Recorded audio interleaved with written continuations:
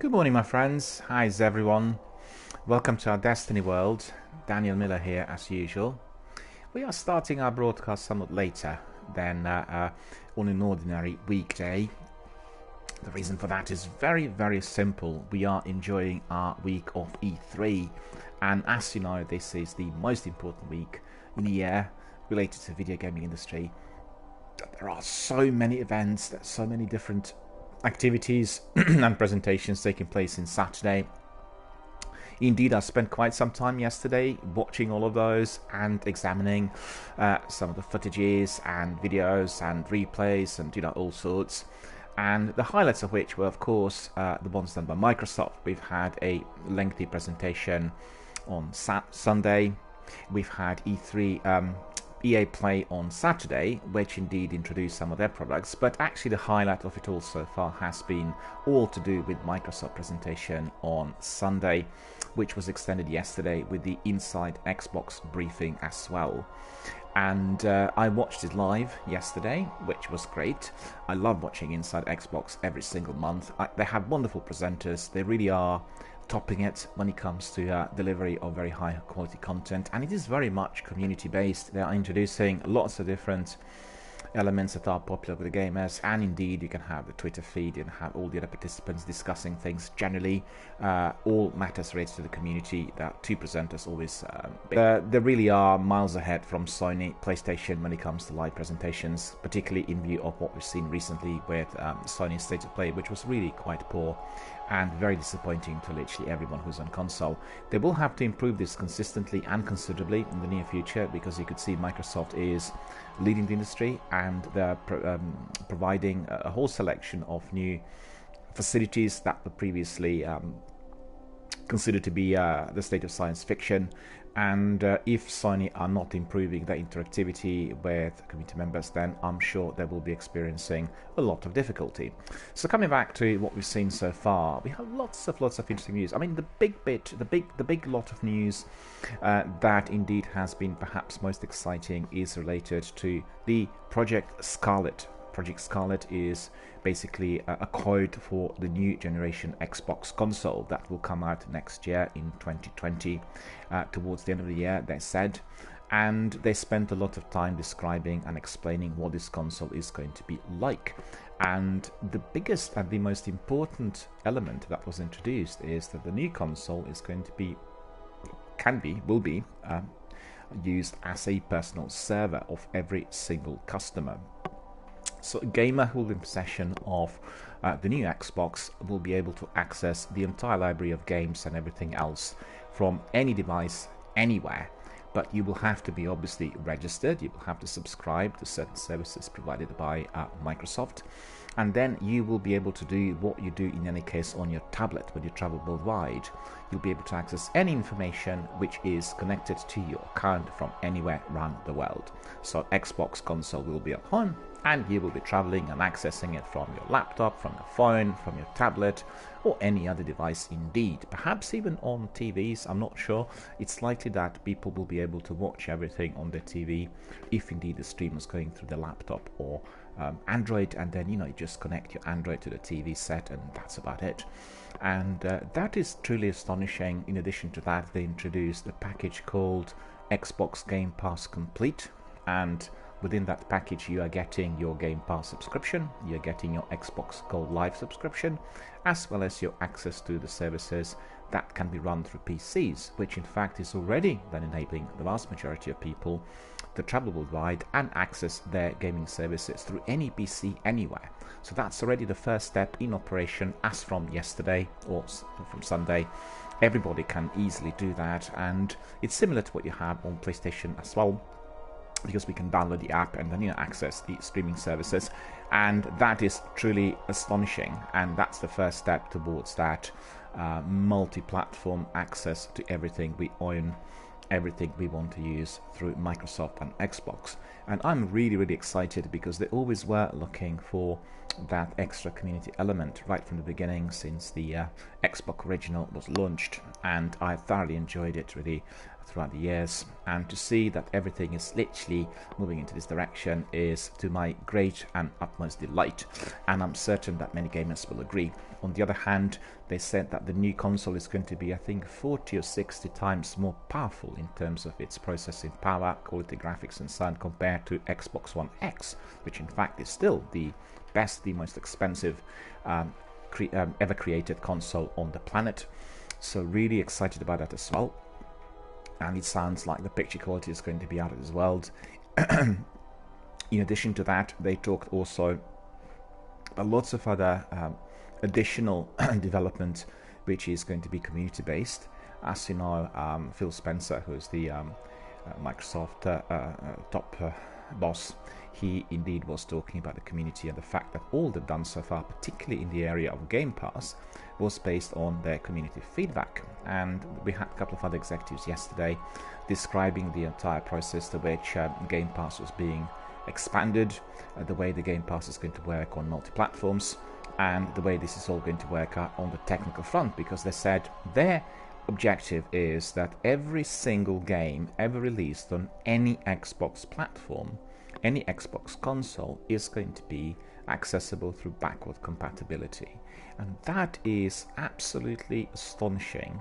It means that Microsoft as a company and Xbox obviously as the console is going to be providing that access to every single person who invested revenue of the last 16, 17 years into any Xbox game ever released. And that means that there's going to be no need for anyone to be purchasing a new copy, which indeed has been remastered for the usage on a new console, and we'll be able to skip whatever we had during the last 17 years when the new consoles were introduced, meaning we could not access our older games. And you know that this was a serious problem for Halo followers and fans, and obviously we talk about Halo quite a lot here because this channel is back to Destiny, which is also Bungie's brainchild, and Bungie indeed created Halo Trilogy, and Halo was the most popular console multiplayer community-based game of all times in the last decade.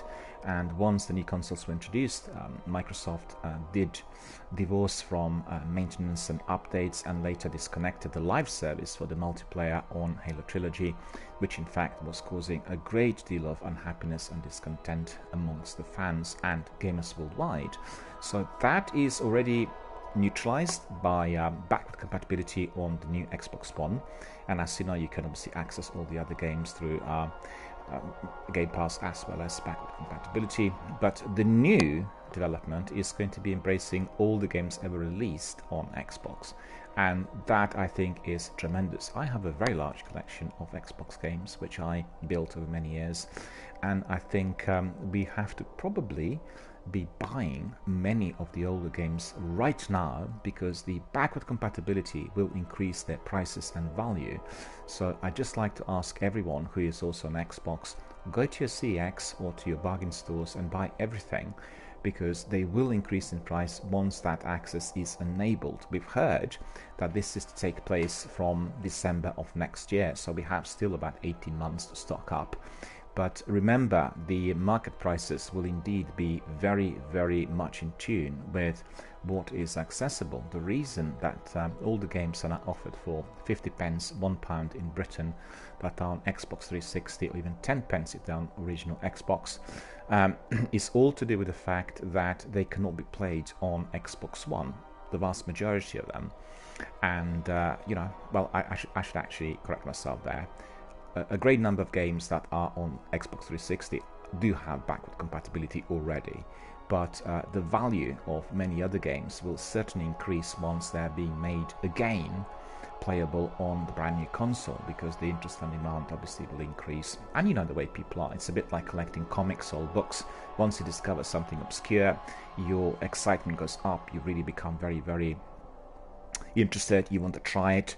And this is particularly the case with lengthy franchises, Star Wars franchise, a Halo franchise. Then, there'll be all other sorts of games if we go back in time. Splinter Cell, in fact, I'll talk about Splinter Cell in a moment. And the fact is, people will want to be exploring the older games in order to compare, to see the development, to experience the gameplay, because it's not all about graphics, it's all about the concept. People still play the games from the 90s because they had this tremendous value in the way they were construed, with a good narrative, with a good in-game mechanics, and all other sorts of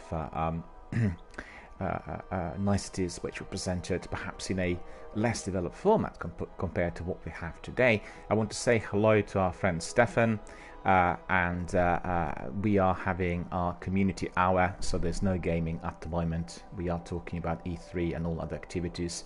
Our gaming will obviously come a lot later, so at the moment there's no gaming at all as we are talking about. I can obviously tell you that I'm not doing any PvP due to my upload internet speed, which is poor. Therefore there's no PvP in here, only if I have to do some Crucible in order to increase my level or complete some quests, which indeed already has been completed in all characters. So actually there's no PvP here at all, so I apologize for that. But obviously what you can do is you can request from other community members here, people who are watching the channel on 20 different platforms, basically to come in and join you and maybe do some PvP and some matches. Every day we have people teaming up, squadding up, creating their own fire teams, and we get new members coming in, from all kinds of quarters. Therefore, if you leave your messages here, people will obviously pop in and say hello eventually. Or you can easily also tweet us. Just write a tweet and send it to my Twitter indicating you're looking for some team members for PvP, and people will obviously trickle along. I always retweet and people read those tweets, and indeed the community members squad up. We've had actually several people squadding up day before yesterday on air, and we had some people also making new connections yesterday, so it's happening at all times. Anyway, I'm going to be talking about E3 and everything we've seen yesterday through Xbox and their presentations. So I was describing all of that delight when you are discovering the old game from the last decade or from 20 years ago, and you just stick it in and you can watch it and play it as if the game was produced on that same day, and that is really absolutely tremendous. So in fact they are raising the bar, they're making it similar to what we have in Netflix.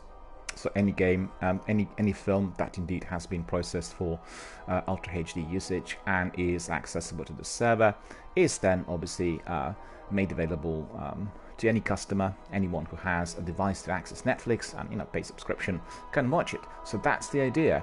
And I want to say that I really love some of the older games, although the graphics perhaps are not as great as we experience them today.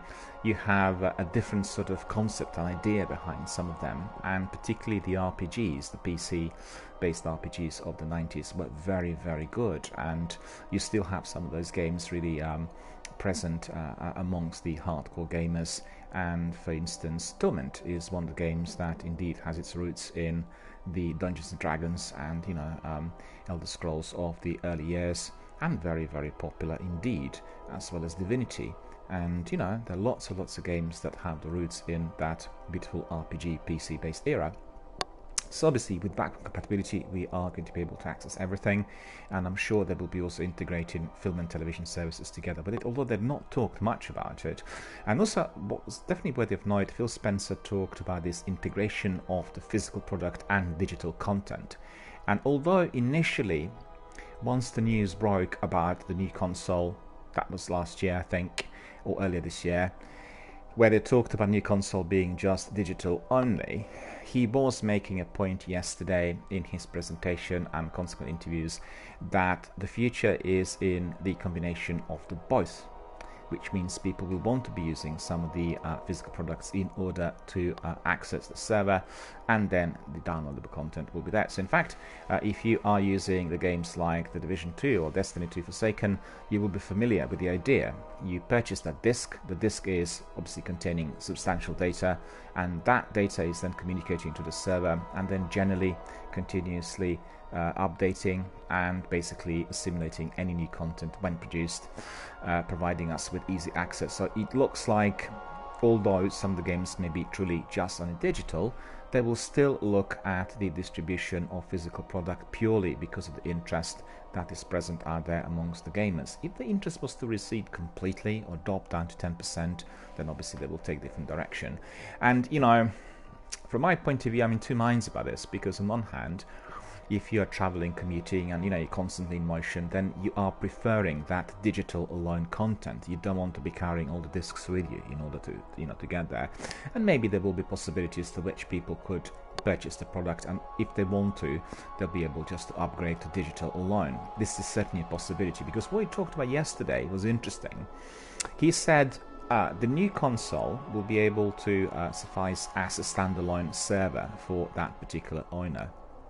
And he said we are going to be also uploading all the information to our server. So for instance, if somebody wants to be just doing the games through streaming without actually needing to have them on the hard drive, and is quite happy with any kind of interferences that may be occurring, then they'll do the system which is similar to PS Now, which is you're simply accessing whatever is on the servers and using them and accessing the games and playing them as you go along. And on the other hand, they said the console will be used as a personalized server through which people can access all the information through everything which is console related. So I believe the information from the console will be uploaded to the online servers, and then there will be some degree of communication between an extra third-party device and whatever we have registered under our account.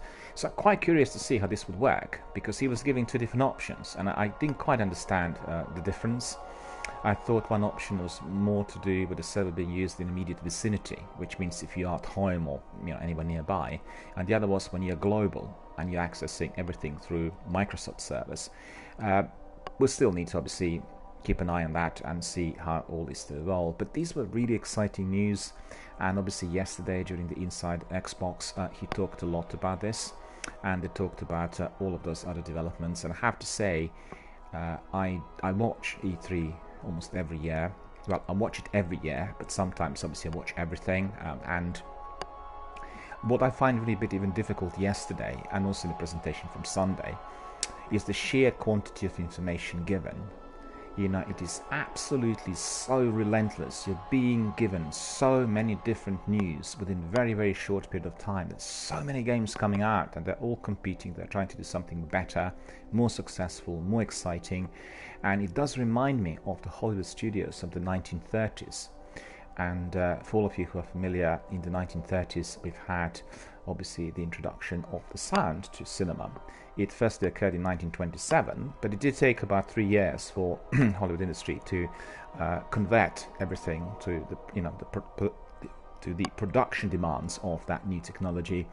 And then the sound pictures took off in a big way in the 30s. So you had all the studios in there producing a phenomenal quantity of content. The studios worked 14 hours a day, and the vast majority of actors were also getting up 6 o'clock in the morning, ending up their work in the middle of the night. And you had one actor working for Warner Brothers, for instance, and then walking from one set to another. The sets were all in studios, and they'd be doing like 6 films at the same time, which is just unbelievable, really, by today's standards. So they were competing because, the atmosphere was very similar to what we have in those video game development studios, because they're all competing. They want to provide excellence, they want to provide and because they know there are so many people out there who are gaming. I think the figure of 2.5 billion gamers was mentioned. So think about it, 2.5 billion gamers worldwide. This is a staggering figure. I mean, consider that Instagram is being used by more than 1 billion people worldwide on the Android. So, the capacity for competition, the capacity for providing high-quality product, and also for communication with those guys is better than ever in history. And I think Xbox is very seriously looking at how to make everything as interactive as possible. So that is the backbone, and that is what they have in common with Twitch, because Twitch wants to make all of our streams as interactive as possible.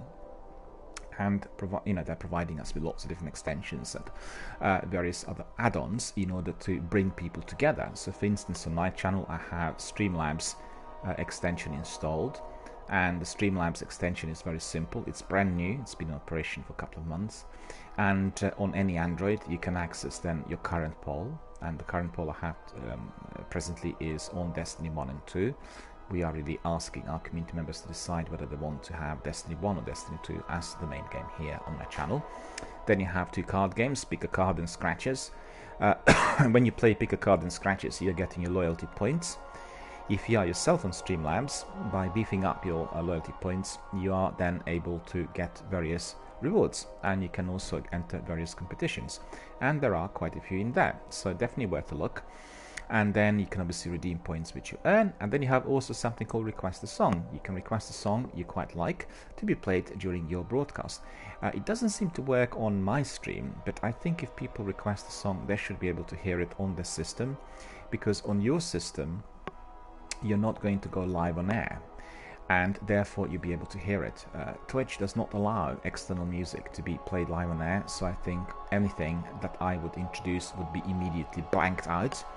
And I've seen that on other people's streams, if they're using any external music which is not on the disc or on the game which is currently streamed, then you get this block. There's no sound at all, similar to previous settings that you have on party chat or you know, people who are live on audio, live on air whilst using the audio. And that obviously is not ideal, but certainly is providing our members with the opportunity to listen. Some people really like pacey music if you are in the middle of battle royale or some sort of you know, fiery action, so therefore this is always open to everyone. And that's one of the ways to which Twitch is engaging with other community members and viewers, as we are doing the gameplay live on air through somebody's stream, right? Microsoft is doing exactly the same, and they were presenting yesterday during the presentation those new ways through which people are going to be able to communicate. And you know, they want also Xbox to be streamed or connected directly to the PC. The PC is giving you know, extra capacity for overlays and communication, such as chat and any other sort of add-ons. And really, the capacity and the possibilities which are evolving are simply mind-boggling. Really look forward to that. We will be converting to PC-based streams very, very soon, and my PlayStation and Xbox are going to be connected to my PC, because I think we are going to be then enhancing our interactivity here quite considerably. But I have to tell you, I was thinking very well, I was considering, I was spending quite a bit of time during the last few days, particularly during the weekend and in view of E3, really just simply considering all that's been achieved here on the channel. And I have to say, with minimal resources and doing the streams exclusively through my PlayStation 4, I'm delighted to confirm that we built a very, very strong community here of Destiny gamers, and very many gamers who are also dedicated to other games as well. So although everybody is here because of Destiny, the vast majority of our community members are indeed playing all the other games, be it Mass Effect, Elder Scrolls, The Division, you know, Monster Hunter World, Apex, you name it, very many other ones. So we're really talking about a community of dedicated, hardcore gaming veterans. And that is what I wanted to build and wanted to have on my channel. And I'm really delighted to say that this all has evolved really rapidly in no time. The channel's been in operation properly since October, so we are talking about maybe 8 or 9 months of operation with about 7 months of streaming, and that is just really astonishing. So really the idea was to, you know, build a foundation, and then once this was properly construed, we could then branch out and apply other methods of communication and interactivity as well, and that is going to be the next step. So getting back to Xbox presentation yesterday, I'll actually read some of the things which indeed were presented, because I think for all of us who are long-term followers and fans of Microsoft and obviously that wonderful Xbox console, you know, we are delighted about all that is coming from the quarters. One of the biggest games that everyone is anticipating this year to come out of Microsoft, which is also proprietary to them, is Gears of War 5. They call it Gears 5 now. Of War has been extracted from that equation, and they yesterday talked with their studio head, and you know, they presented a footage from one of the activities, which I think it's called either Crisis or Control or something. I can't remember exactly what it's called, but it looked very, very fierce. The graphics really mouth-watering. As you know, the female characters in the lead in Gears 5, several of the new characters have been introduced, and you know, the graphics, the design, the gameplay were just absolutely astonishing. It did retain a certain degree of brutality, which is a part and parcel of Gears, but as you remember, you'll be able to tone down the level of violence and gore right from the onset. So if you don't want any of that, you can just simply blank it out and you will not see it on the screen. And the female character was basically in that clip punching one of the monsters, and this was just quite a fight, believe you me. So definitely worth a look. I'm not going to tell you what happened at the end, but jump to that Inside Xbox on the YouTube channel and have a look. So there was obviously a lot of discussion on what is to happen with Gears 5. Then they said that we are going to have, to my true delight, a very big XO19 in London. So in my hometown, we are going to have this major convention, and it's going to be similar to what we had in Mexico City last year. So it's going to be exactly the same. I'll definitely make inquiries straight away because I want to be there as it happens, and I want to see whatever is going on there during the event. And obviously there'll be various niceties and rewards and everything else. I must be registering, to the industry sources as a streamer, and maybe we'll do something in view of that. Maybe we'll do Halo, maybe we'll do Gears of War, or one of those streams, which is going to be an add-on stream during the day. As you know, I had restricted my streams to about 5 or 6 hours per day and focused entirely on Destiny. But that doesn't mean that in the future we will not have shorter evening streams or any other streams dedicated to other games, and they will have to be within some sort of concept. So if we are looking at Halo and Mass Effect, they'll be tied in with Destiny, and indeed we'll be looking at various things happening out there within the industry, because sometimes there are some promotions, there are sometimes exposures of certain games that perhaps have gone into oblivion, and a new installment is being produced, and therefore it's definitely worthwhile to revisit. And we'll obviously keep this in mind. But coming back to this, Destination London XO19 is going to be in November this year. They even mentioned the date, I think it was 22nd of November. But we absolutely do want to be there. So to all of my UK followers, fans, viewers and gamers, please make sure you access this information early, book your ticket, reserve your space, and get there. Because guess what? That's the time when Microsoft is going to be talking a lot about Project Scarlet, and there will be some rewards to be had as well. Because Project Scarlet will indeed be nearing the date, which is going to be maybe about 12 months away from November of this year. And we are going to be very excited to see and hear everything live. And my feeling is that the guys from Microsoft want to be really expanding on the number of users and viewers through Xbox. That's the flavor I had yesterday, and that was really derived from what they said about Britain and Xbox community over here, and I was very excited to see this. Maybe they'll provide us with some special offers and packages, we'll have to see. Don't forget, they may have also a major industry push in view of the fact that Britain is no longer going to be part of European Union, and we'll have a very different trade deal with the US, and Microsoft being one of the true world's giants, one of the biggest companies that America has, will be looking at that degree of expansion within the trade deal. So I think there may be some very good developments in there for us, the Brits, and for everything that we might be getting. That is going to be all negotiated on the top, political and diplomatic level. But I think the focus there, which I picked up yesterday, was beefing up on the Microsoft presence in the UK, and it seemed a bit more open and a bit more fierce to what I experienced in the recent years. I think there is definitely some interest of that sort in there as well. Okay, so the next thing he talked about, Phil Spencer was there, and obviously his words were dedicated to two major developments. One was all about Project Scarlet and the capacities and capabilities of this new console, as well as multi-platform access and all other things which I already mentioned.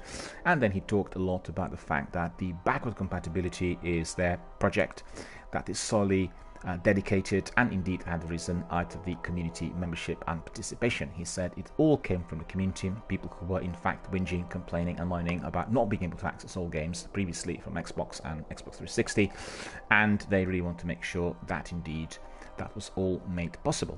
And indeed it is, in view of the fact that they want to make every single game released on Xbox ever backward compatible. And you know what, it's possible that once they have the tech to do that, they may be asking other platforms such as Nintendo or PlayStation to basically chip in, and therefore they'll be able to charge for the provision of services. So there are lots of possibilities in there, because remember, when they started they wanted to have everything proprietary, but they realized that this was not a good idea. Keeping some proprietary games to Microsoft was obviously going to be upheld, but then contributing and communicating to other providers and offering their games through Xbox was also seen as very commercially viable. So we have to keep an open mind and see basically what happens next. We had a wonderful Surge 2 trailer. Did anyone play Surge? A very, very good fighting game, fighting stroke FPS. And the trailer we've seen yesterday was definitely mouth-watering. Very, very excited to see what is to follow. Then we've had a lot more details coming from Phil Spencer on the console. Then they were offering Xbox Game Pass Ultimate. I described it earlier. This is the Game Pass on a price of, I think, $14.99, or is it $16.99? Where you will get what we call the full Monty. You will get your Xbox Gold Live access, you will get your Game Pass access, and you will get your Game Pass access to PC. So all three of those subscriptions are combined in one, obviously reducing the cost quite considerably, and on $16.99 it is a no-brainer. But you know what? It is available from yesterday, and if you're interested, if you want to try it just for 1 month, you will get it this month during the E3 activities, the ongoings, for only $1. So what are you waiting for? It costs you $1 to try it out. You do not have to continue. You can just have a 1 month of trial, and then you can discontinue. Or indeed, if you love it as much as I do, you can just carry on.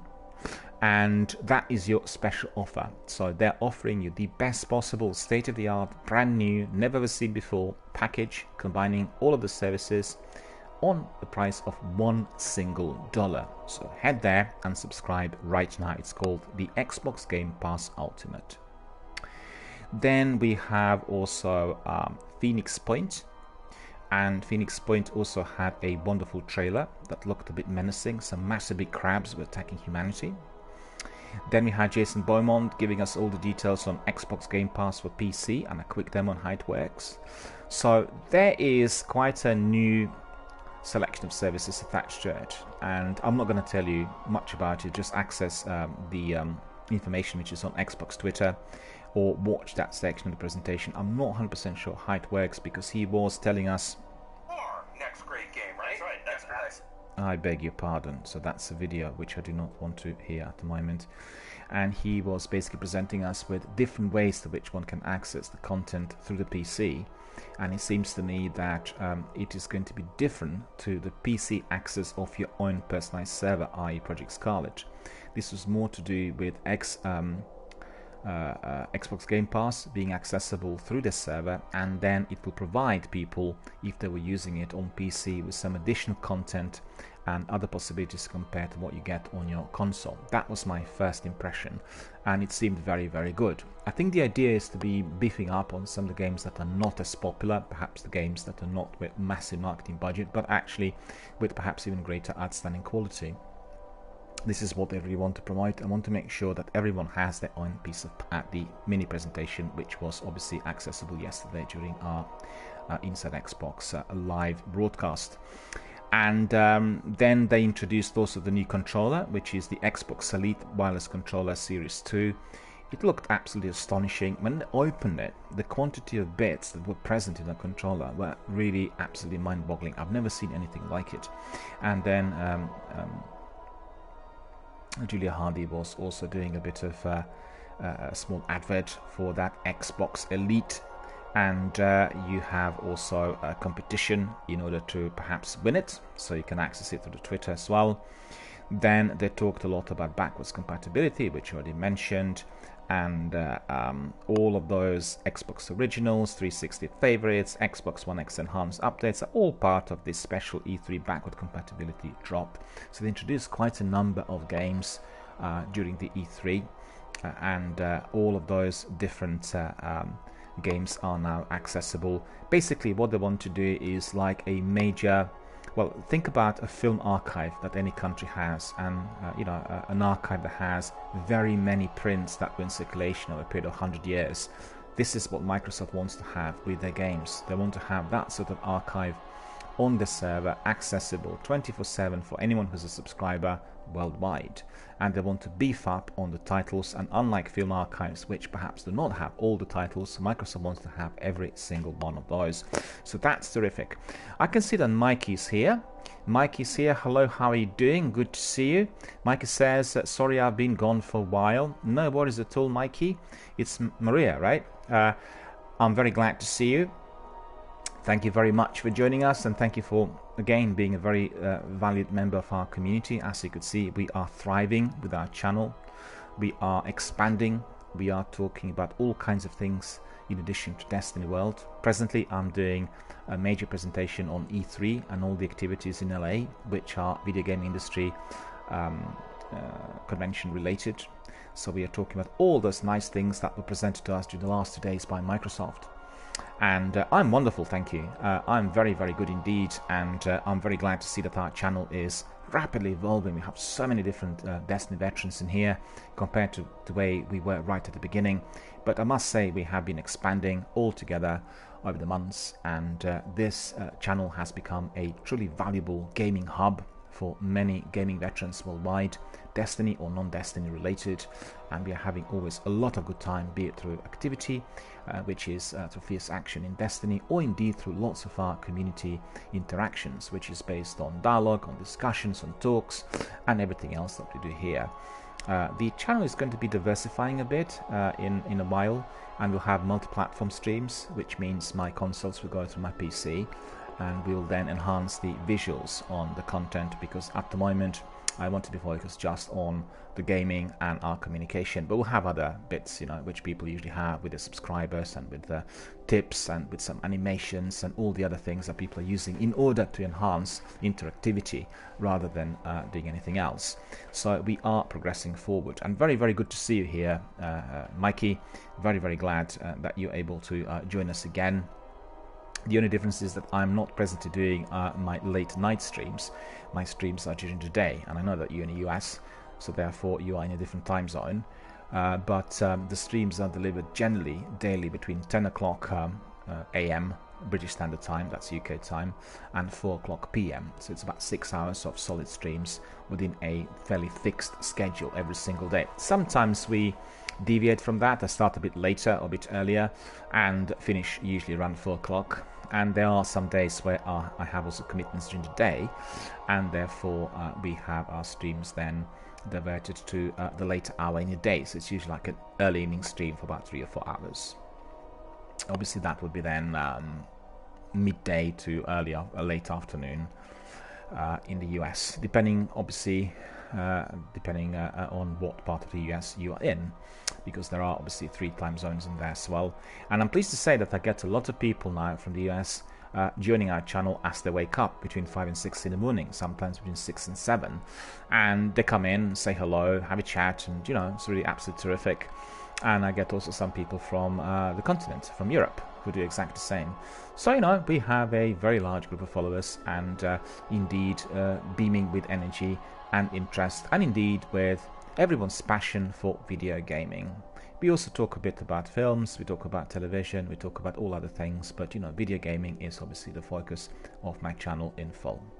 Right, so that was about Xbox and backward compatibility. Anyone who's accessing the service and Xbox wonderful Game Pass service will be able to see that they introduced about 20 new games during the last couple of days, and it's quite a variety. All the games can be downloaded and compared to PlayStation Now services, and therefore you can download them and stream them if you want. You can build your own community around those games. But I think generally the way I experience the services is basically a bit like, the way I experience the services is similar to when you go to a library. You go there, you have a look through many books, and you borrow maybe 2 or 3. And it's ideal for people to check out what certain games are like, and therefore you can discover some true gems and fantastic treasures amongst those that you've never heard of. And equally, perhaps you'll find out that the game that you really hyped up about is not really as good as you expected, and that is going to be helping your decision making in terms of what you want to purchase eventually, what game you want to keep. Because don't forget, Game Pass and PS Now services are changeable. They do not keep those games there indefinitely. They have contracts with those publishers that keep them for as long as the guys that create the games want to be there, which means that some games will disappear. But indeed, you can play them, you can experience them. If you like them, if they favorites, you can then immediately buy them as well, and that is of a tremendous advantage. I don't really want to go back to the model through which you know, like the old singles and old LPs. In order to find out what the LP was like, you have to purchase it and pay money for it and listen to it just to discover that you wasted your money because the LP is actually very poor. There's just one good single on it. Well, that is long gone, and I'm glad to see that that section of the industry is no longer functioning, because I did buy quite a lot of LPs in my day that I didn't like, and I just like the cover, like the name of the band, and you know, on a radio station you'd hear maybe a couple of songs which obviously were the songs released on singles, but the rest of the LP was provided by the band or any other musician, and you know, frequently the LPs turn out to be not as good as expected. So that's gone with those services. You can just hop in and enjoy some of the blockbusters as well as some of the obscure games and find out for yourself.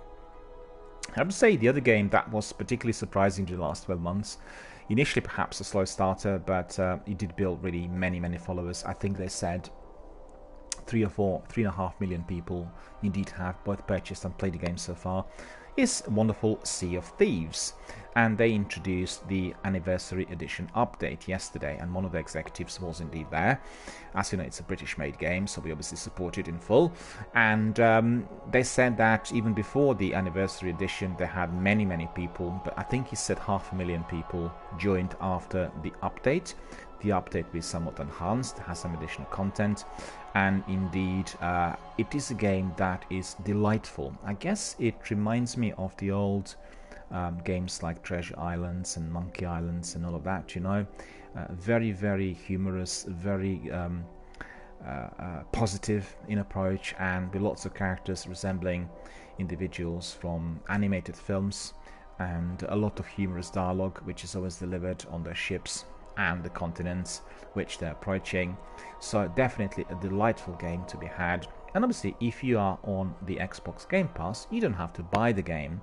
You can simply access it through the Game Pass, and they said that all the new content is going to be accessible directly through Game Pass. So for instance, if you were to be accessing the game today, you will get some extra content downloaded in there for free. You will not have to pay anything, but that is obviously during the E3 week. So if you are playing Sea of Thieves, then access the game immediately and then download their content for free, because obviously later they'll charge for it.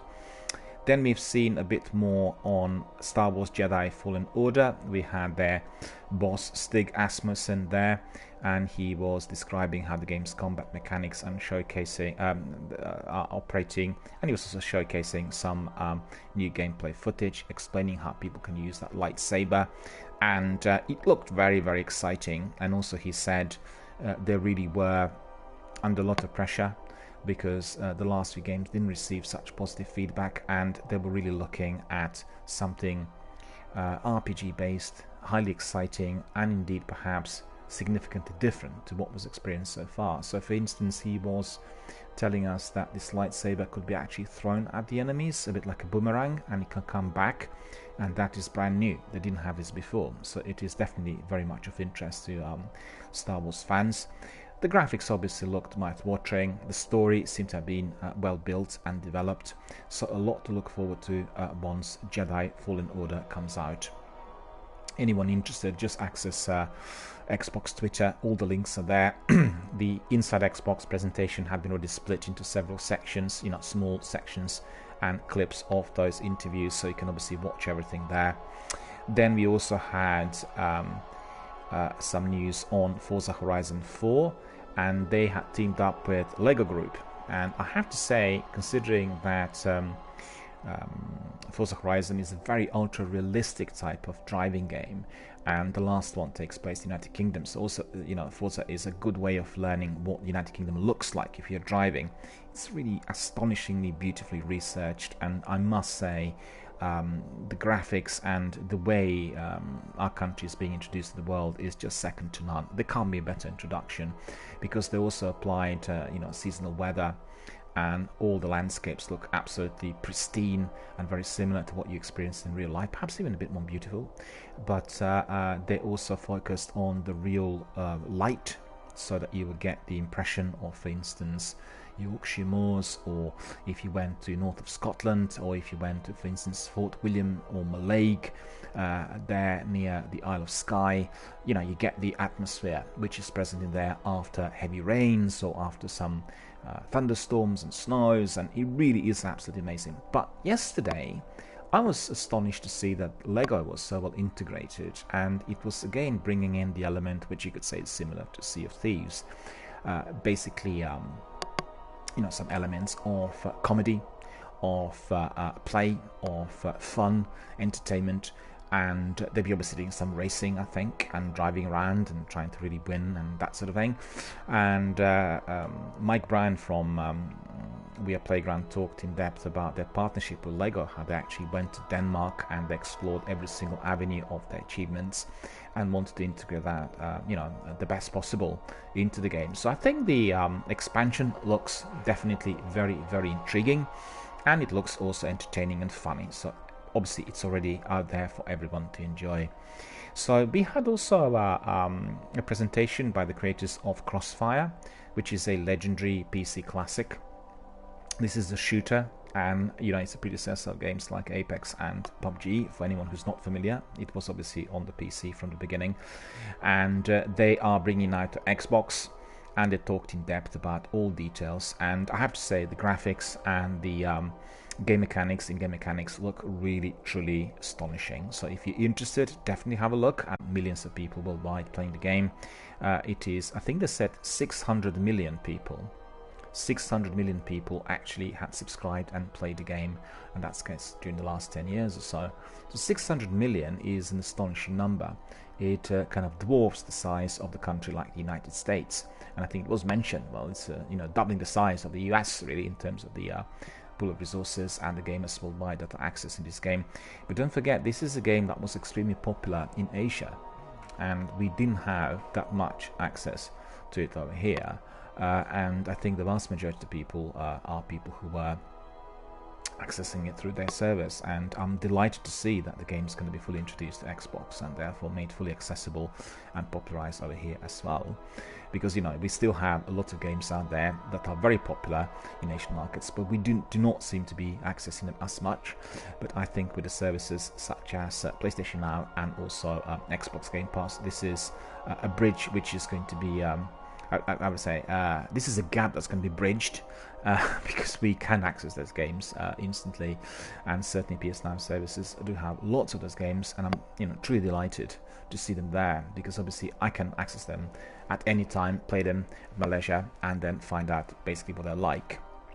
Obviously, Crossfire is not quite like that. This is a game that has a universal capacity and components applicable to any country, because it is about a team that is, I think, fighting the terrorists or some sort of really bad guys, and it is tactical, similar to Rainbow Six and to the Division, and you have those teams that are selected. It is a full multiplayer, and the developers talked about integrating a brand new Battle Royale mode as well, together with their tactical missions, and definitely it just looks really, really terrific. In fact, there are many games out there that are pursuing that route in view of PUBG and Apex success, which in fact was mind-blowing, and they all want to be competing and coming in there shoulder to shoulder.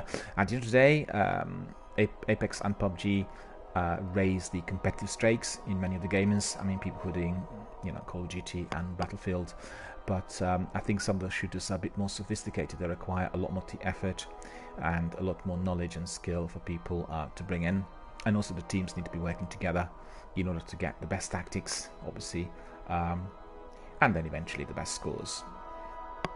The game that probably excited me the most in the presentation yesterday was Watch Dogs, and one of their team leaders talked about Watch Dogs having this brand new capacity which was incredibly difficult to create.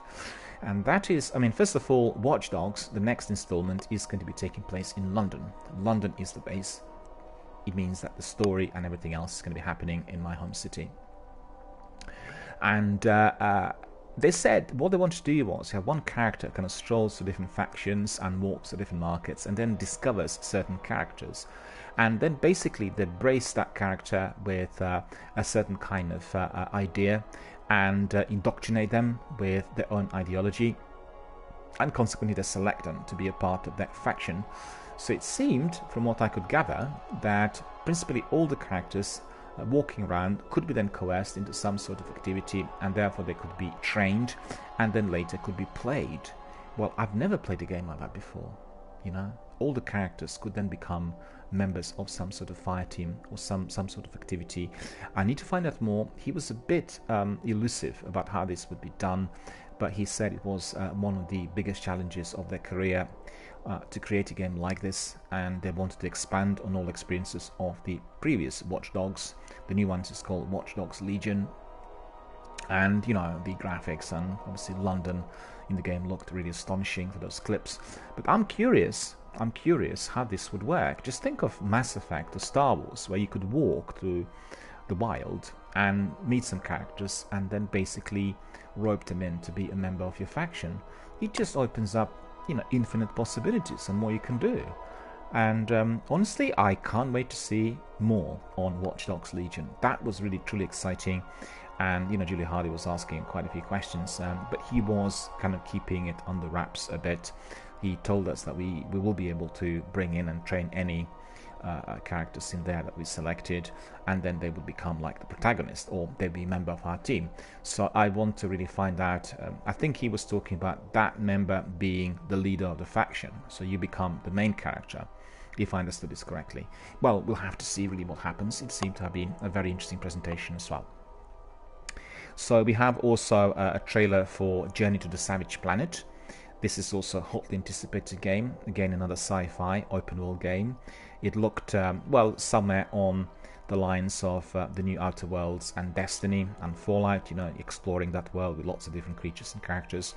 The graphics were, you know, somewhat different. They reminded me of some animated films, and certainly they looked very, very exciting. And also one of the exciting new introductions coming from Xbox was about the new changes coming to gamer tags.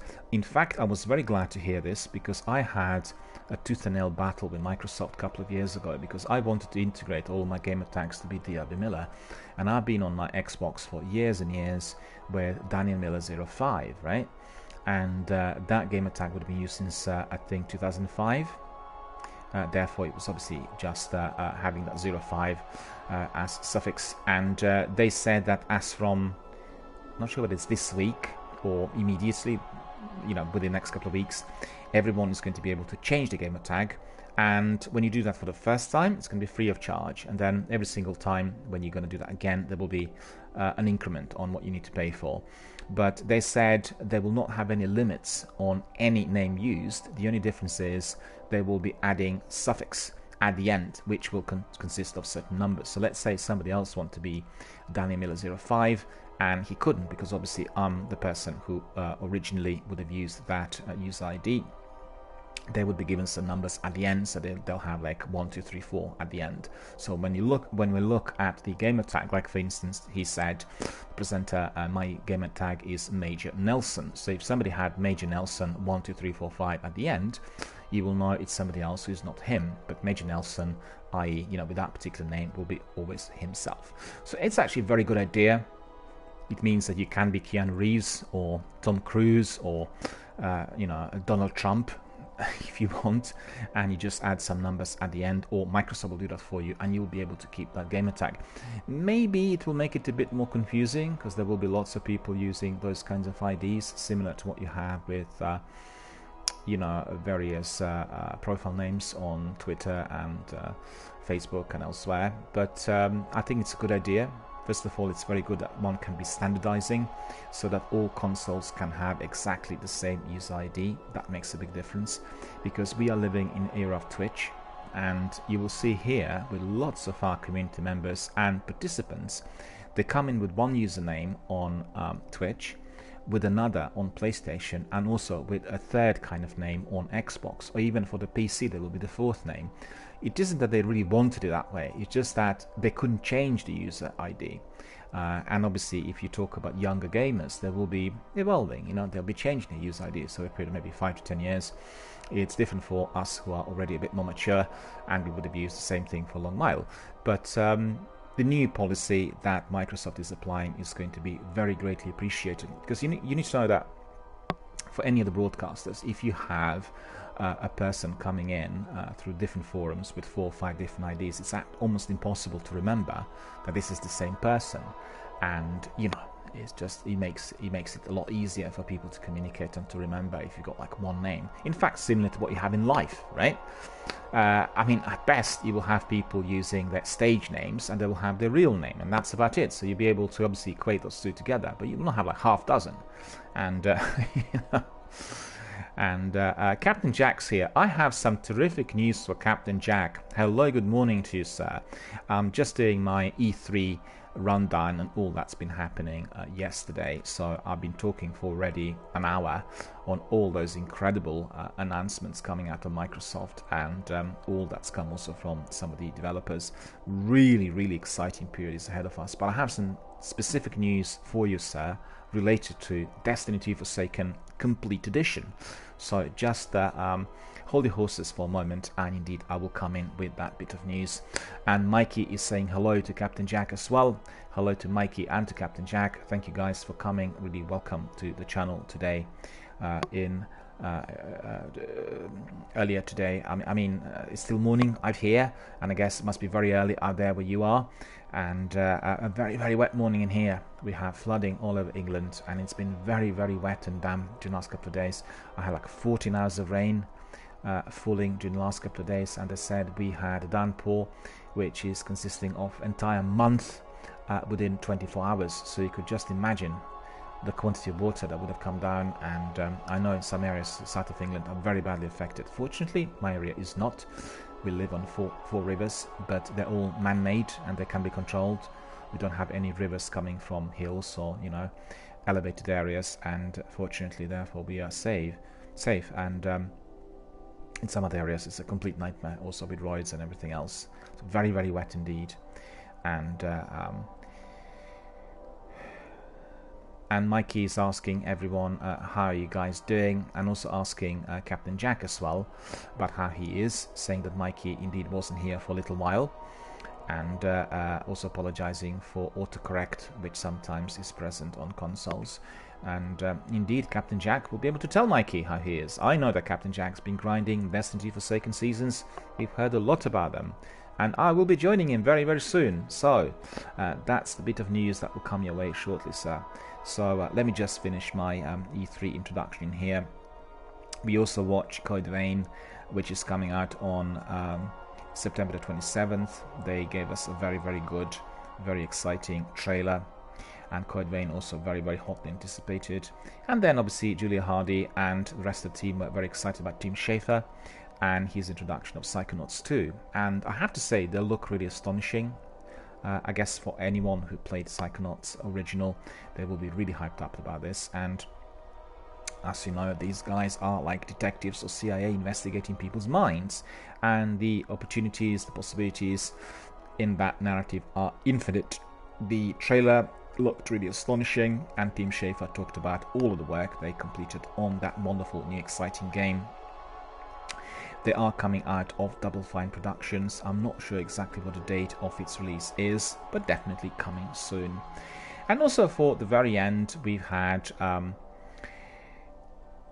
one of the bosses coming from 343, and as you know, this is the company that is working on Halo Infinite. So Halo Infinite is looking awesome, and I know some people are a bit frosty on 343's work on Halo, but I'm very much in support of what they've done. And just to really update you on the status, Halo Infinite is going to be released on the same day when we are going to have also Project Scarlet. So we'll have 3 or 4 things offered at once. Project Scarlet as a new console, Halo Infinite game attached to it literally from the day one, and then also that multi-platform access. So really a major step forward. So this is really your next generation console with new things happening that were never ever possible in the past. The trailer was indeed focused on the beginning of the game, and I really can't wait for the game to be released. And then let's see what else we had. Well, that was basically all from inside Xbox last night, and as you know, we had other games introduced through other developers, but obviously we are going to be focusing on all of that activity as we go along. This week is packed with various presentations, Q&As and introductions. I am definitely looking forward to all of those. I still need to watch Ubisoft and Bethesda presentations, which indeed were completed.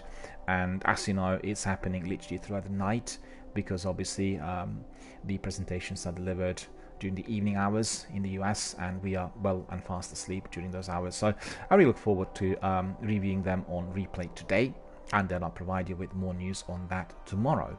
So anybody who is perhaps asleep, or people who are not aware of what E3 is, it's the major industry convention entirely dedicated and focused on whatever happens here in the video gaming world. Every year we have many exciting news thrown at us, and I have to say that inside of Xbox yesterday for me was a bit overwhelming. There were too many bits of information and so many news being given to us that I felt a bit oversaturated and a bit overloaded, so to speak, because there are so many good games coming out and there are so many different developments taking place that it's actually hard to focus on just one section of it all. But on the other hand, having access to Game Pass and PS Now services is giving us the opportunity to try everything out on a subscription price, which means we do not have to be spending extortionate amounts of money on purchasing every single game, and that makes all the difference. So really, absolutely, and most wholeheartedly, I can recommend you to join those two wonderful services. That is Xbox Game Pass, and in this instance, you can purchase the one that combines everything. On $60.99, you are going to be getting your access to Xbox Gold Live, you can get your access to Game Pass services, and you can get the access to PC services of Game Pass as well, which is offered for the first time. So it's a wonderful offer, and I think the price is also very, very low, considering that otherwise you would have paid a lot more.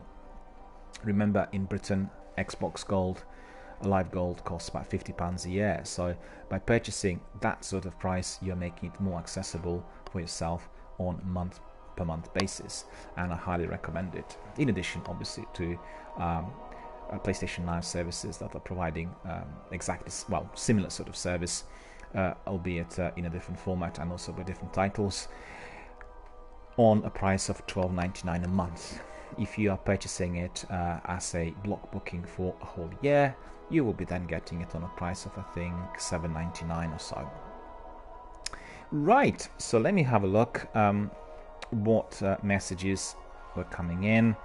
Captain Jack says, Mikey, I'm good, just trying to grind up power for Crown of Sorrows and working on the Pinnacle weapons. And Mikey says, you're lucky I haven't been able to play for 4 months because my dad got mad and threw my Xbox out of the window with Destiny 2 in it. Rest in peace. Well, I'm very sorry to hear that, Mikey. Your dad must have been really, really angry, and I feel sorry for that Xbox also that went. You know, we all want our consoles to be in pristine condition, but I have to admit, considering that more than 2.5 billion players worldwide are presently engaged in gaming online, I think a lot of people are experiencing that degree of resistance, not just from their parents but also from their partners and friends. So, you know, gaming, online gaming and video gaming has never been as widespread as it is today, because obviously it is progressing down the route of multi-platform access. So as you know, if you're a PUBG player, which probably you're not, you can access PUBG on your phone, on your tablet, on your console, on your PC, so it's literally present everywhere.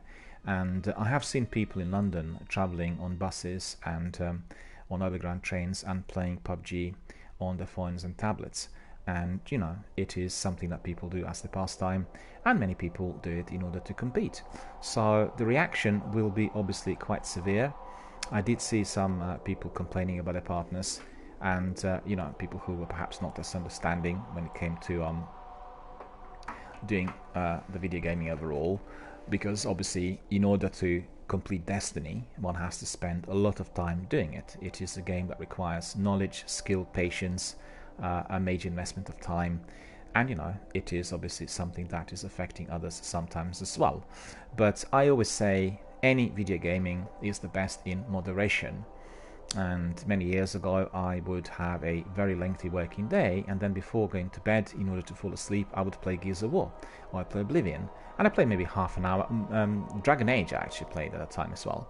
And you know, you just do like 20 minutes or half an hour, 45 minutes of it, and then at the end of it all you feel really ready to go to bed and sleep. And Captain Jack said, Mikey, that is really rough. And Mikey says, yeah, but I will be getting it back tomorrow. And then Captain Jack says, well, perhaps he never completed Destiny, unfortunately. Well, I don't know, really. Did Mikey complete Destiny?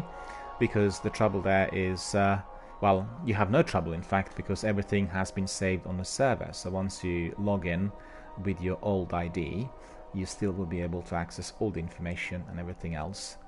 So there'll be no issues at all in terms of any data being lost. You'll be able to build on that straight away. Right, so that's all about E3. That was a lengthy briefing on what has been taking place during the last couple of days. We are going to have the same sort of briefing tomorrow on all the activities of today. As you know, let me just have a look. There are other activities, and I'll tell you exactly what they are. Bear with me to get it up and running on my system. And definitely some very, very exciting presentations are there today. So we have Nintendo briefing, 9 AM Pacific. So that is about to be approaching in a few hours, I think, with you guys. Then we have E3 Coliseum. That is from 10 o'clock to 7 o'clock PM. So that's community-based activity. Then we have E3 Expo. That is between 2 PM and 7 PM Pacific as well. Again, community-based activity. Then we have 4 hours of Xbox experience between 11 AM and 7 PM. I actually got that wrong. It's 11 AM to 7 PM. Yeah. And then we have Mixodome as well between 11 AM and 7. So actually today is all about the community, people participating, trying out different experiences. And as you know, Mixer is a platform which is owned by Microsoft. They're competing with Twitch, and they actually are trying to coerce everyone to kind of migrate from Twitch to Mixer. I think Twitch is obviously still the leader, the way I see it. And just reflecting on what happened yesterday, they had a PC gaming show, they had Ubisoft briefing, and as well as PC gaming show. And then on Sunday we had Bethesda briefing and Xbox briefing. I've still not watched Bethesda, I have to admit. So these ones are, you know, Ubisoft indeed, I guess, would have been focused on their major release, which is the next Ghost Recon, and maybe they talked also about Assassin's Creed. We'll have to see. But you know, too many things happening at E3 Expo. So all the presentations and I guess all the Q&As would have been already completed by then. But you know, we'll carry on obviously with our examination of everything that is happening out there. Plenty of activity, lots of information as well. And let me see what our friends are saying. Captain Jack says, no, I was saying Destiny is not completable. There's always some triumph to grind. I beg your pardon, sir. I didn't really correctly understand that. I agree with you. That is actually the beauty of Destiny. Destiny is not going to be finishing ever. One can be always playing it and finding out something else to do. In fact, it's interesting because a couple of days ago we've had 2 hardcore veterans of Destiny live on air. We've had Sorry from Germany and we've had Zach from the US, and obviously myself, and we talked about bits and pieces Destiny related. So Sorry had discovered several things through Zach's descriptions that he never knew, and I think the other way around, Sorry did mention a few bits and pieces related to weapons and to some in-game activity that Zach was not aware of. And you know, Sorry had spent between 6,000 and 7,000 hours on Destiny 1. So you know, this is a very, very considerable number of hours spent on Destiny during the last period of 7 years. 6 years, is it? Zach also did something similar, perhaps not within that magnitude, but it's always great to see that people who had spent a lot of time on Destiny, who are your true Destiny veterans, can always discover something new, and I think that's wonderful. This is a remarkable achievement, you know, thumbs up to Bungie for that. And also, as we know, the Destiny 2 Forsaken is delivered in a new format, which is constantly evolving. So it's a never-ending world. It's a game and the world that is going to be always providing something extra, and it has a very, very high level of replayability, and that is really wonderful as well. So, you know, Mikey said, yeah, you're right. Captain Jack indeed was right by stating that Destiny can't be easily or even ever completed because there's always... what's this? I'm getting some outages on the net for some reason, don't know why. Yes, they do. What you need to do is you just need to go to information page. You click on information, and once you access the panels on information, there is one banner saying donations. So you can click on the banner, or you can click on the links which are underneath, right? So you have a banner. When you click on it, it should give you obviously access to Streamlabs donations. Or if you click on those links, there's several links in there, 2 links. Basically, they're describing 2 things. One is contributing to the game fund, and the other is just contributing to support online entrepreneurs on Twitch, which is obviously myself included. But all 3 links should work. So one is on a banner, right? You click on the banner, and you should have a pop-up straight away on your browser. Or you could click on those 2 links which are in there. It's the easiest way of doing it, you know. Some people who are doing... Micah says, I donated, that's why I was wondering. Hold on a minute. Let me just have a look. Bear with me. Because it should really show on here on the chat as well. Let me just have a look. One moment, please. I need to double check. The extensions that Streamlabs provides are brand new, and they're kind of specific to mobile devices. I don't think they're fully integrated yet. So sometimes the activities... I know that Deployment came back the other day and he said, I'm a subscriber and I will be having a regular subscription. But there's a problem because A, it doesn't pop up on chat once the subscription is renewed. And B, Twitch seemed to be cancelling the subscription or if it's automated, but he has to be doing it manually every month. These are still problems that we are facing because not all extensions are fully integrated, i.e. ready for cross-platform. You know, that's the trouble. The tech's not evolved as yet to that degree. Let me just have a look. And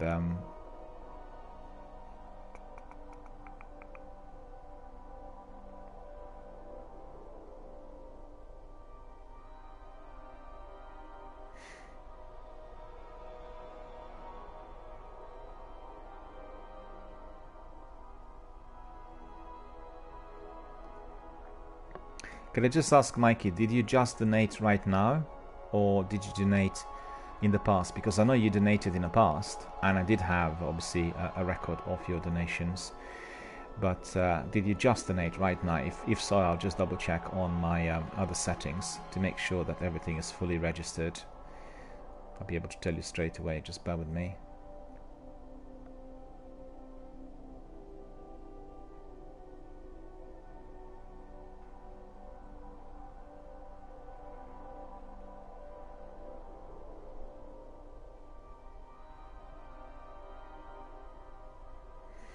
No, actually, I don't see it at the moment. Maybe it's delayed or something. Did you just donate? Can you just tell me, please? Because I'm double checking this.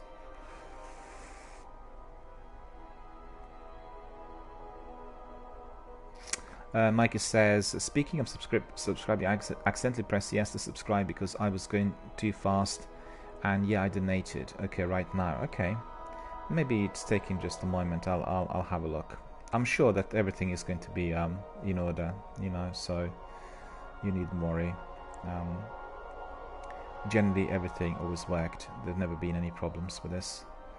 But as I said, it just doesn't seem to be fully integrated yet with cross-platform, and therefore there are some delays.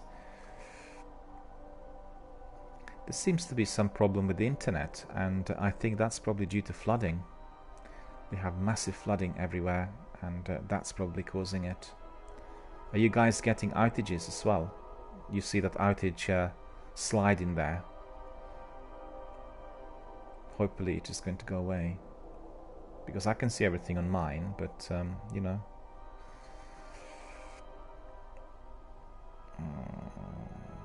channel.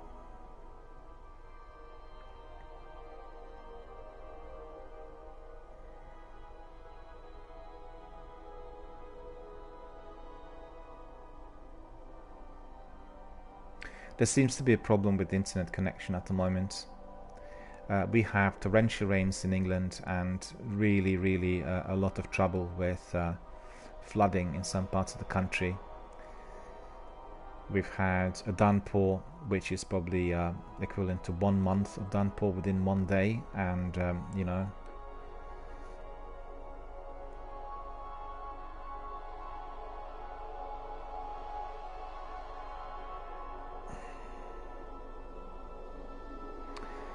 no, actually at the moment I can't see any subscriptions or any donations at the moment, so probably they didn't really go down. Did you get any automated confirmations? Because anytime you complete the transaction you will get an email confirming that the transaction was complete.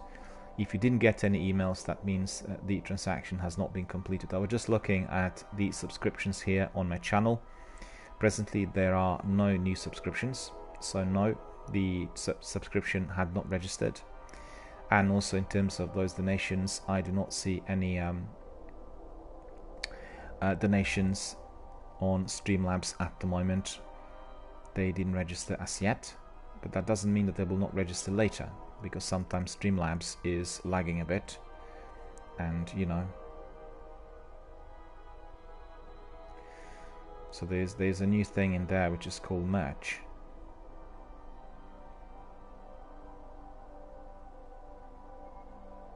I don't know what's happening in there. It just seems to be that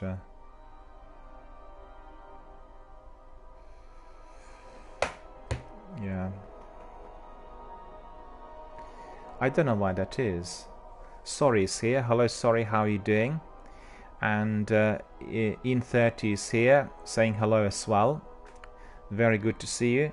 Thank you for coming. Thank you guys. Welcome to our broadcast. I was just saying to our friends in there that we are suffering very heavy downpour of rain for the 2nd day running, and there is a problem in some areas of the country with both the internet, with the power, as well as all other things which are caused by flooding. I didn't have this problem, so what I will need to do is I will have to be restarting my broadcast, and I will do that immediately because there is a problem with accessing the servers, and I think it's also based on the internet.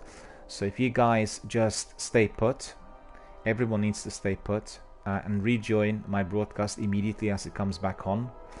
At the moment I can see everything perfectly well on my screen, but I can see on my Twitch display that there is a problem. In30 is asking which country. England, of course.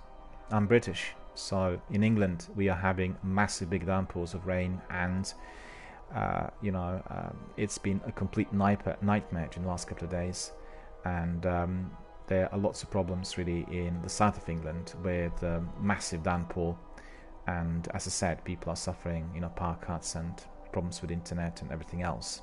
But I can see that it's not operating. So right, everybody needs to stay here on the channel. I will restart the broadcast immediately, and hopefully as I restart this is going to be remedied. So please stay here. I'll repeat again, please stay here, and I will be restarting as soon as possible. In30 says, I love England. Great to hear that, sir. So do I. So do I. And we are a great country. I wouldn't say just England, Britain. Our beloved country is United Kingdom, you know, so England is just one of those 4 countries on the Isles. But we are suffering some terrible weather at the moment. And In30 says, and I love their beautiful accent. The fact is, you know, we speak so many regional accents in Britain, so many. And I can tell you that sometimes people from the very south of England, when they go to the very north, have a difficulty in understanding what people say because of the accent. In fact, I was quite a few times in situations where I had to be translating, and it was a bit uncanny. But we have very heavy regional accents. I think they are perhaps more pronounced than what you have in the US. You know, because they're more difficult. And I remember that few, you know what, we'll talk about this in a moment. I need to get the picture up and running. So if everybody stays on the channel, do not disconnect, stay on the channel, but I will need to be just restarting my broadcast because there is a technical problem. So I will be back immediately, right? I'll tell you in a moment, but stay on the channel. I'll restart the broadcast immediately, and exactly the same needs to be done by everyone else who's watching. I want to say to all of our viewers on other platforms, there is obviously some sort of outage on PlayStation Network. I think it's caused by flooding, and I will restart my broadcast in order to get the picture up and running, if possible. Hopefully it is going to be possible, because I had the warning that there are outages on PlayStation Network. In30 says, I live in Austria, we speak German. Of course. I go to Austria very frequently, several times a year. In fact, I was in Vienna about 10 times last year, and this year as well. I've been to Vienna twice already. So absolutely wonderful city, one of my favorite cities on the planet. And I love your country as well.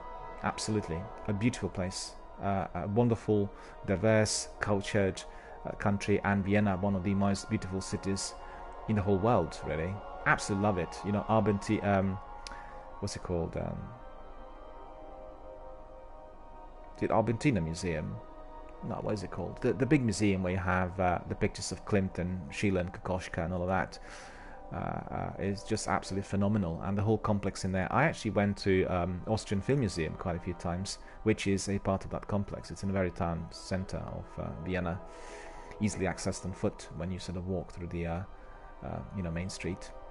I need to restart my broadcast because the picture is not coming back. I apologize for that, so I'll restart my broadcast, and we are going to be able to talk yet again in full. And